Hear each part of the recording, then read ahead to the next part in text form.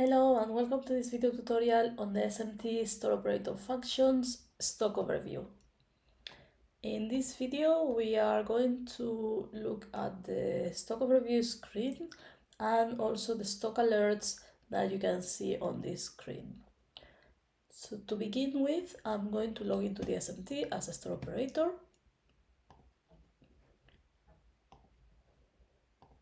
And when you log in and select the store operator here, you will see that the first page, your landing page as a store operator, is this one, the stock overview. So the stock overview is the screen that allows the store operators to have a general overview of all the items in stock in their vaccine store at any given time. So this is a read-only screen intended to provide information on the current status of stocks, but no data can be entered through this screen. So this stock overview is connected to the arrivals and issuing screen.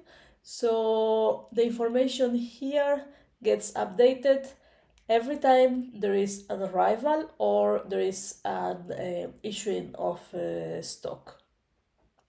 If you log into the SMT and you see that this stock overview page is completely blank, it means that the starting balances have not been entered yet. So this is the first thing that needs to be done. There's a separate video tutorial on registering arrivals, and registering the starting balances is part of that tutorial, so please refer to that one.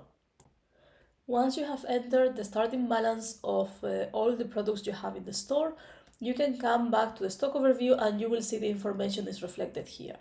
So this stock overview is divided into two tables. So this table here on the left is where you can see the full list of products that you have in your store. So this column is divided into three categories. So you will be able to see vaccines, then you will be able to see diluents, and you will be able to see other supplies. And within each category, the products are arranged alphabetically. Next to this list of products, you have the current stock balance of each product. So here, for example, for BCG, this is the total stock balance that I have in my store.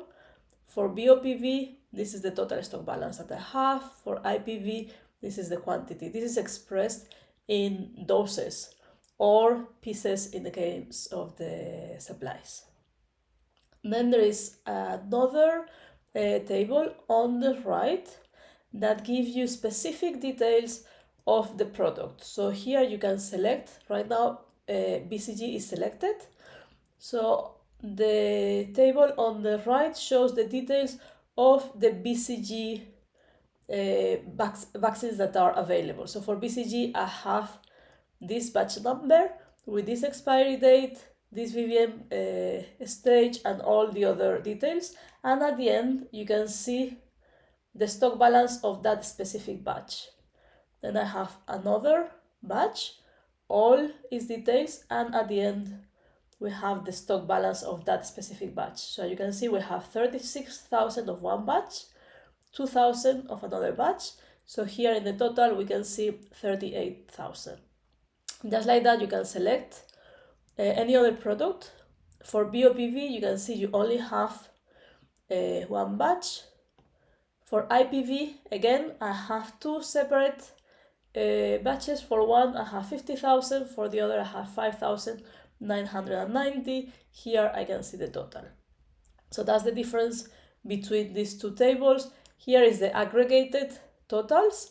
And once you select the specific product, on the right, you can see the details of the specific batch numbers that you have for that product. You can see on this stock overview that we also have some red triangles. Those are our stock alerts, and these stock alerts are triggered in specific situations. So if you put your mouse here on top of this stock alert, the SMT is telling you that this product has one or more alerts, but it doesn't give you any specifics on it. So that means that the stock alert is at the batch level, it's not at the global level. So you just need to click here, select BCG to see the specific batches. And then you can come to the table on the right and see what is the issue with the alert. So we see that for the second batch, the expiry date is less than 3 months from today. So now if you put your mouse here, it's telling you the expiry date for this product is within 3 months. So at the batch level, we can have two types of alerts. One is related to the expiry date, the other one is related to the VVM stage. So if your expiry is less than 3 months or your VVM stage is not initial stage, so the VVM has started to change and you register that into the SMT, that will show as an alert here on the stock overview as well. Apart from these two alerts related to the specific batches, we also have an alert which is related to the total quantity of stock. So this is the one that we have here for BOPV. This alert is not coming under the product column, it's coming under the total stock balance. So if I put my mouse here, I can see that the stock of this product is less than safety stock. So of course, when it comes to the quantities, the stock alerts are not related to a specific batch, but putting the batch together, is this total quantity enough or not?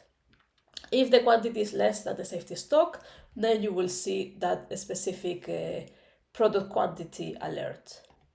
It's also important to highlight here that the alerts related to the expiry date or the VVM stage, they are going to show all the time.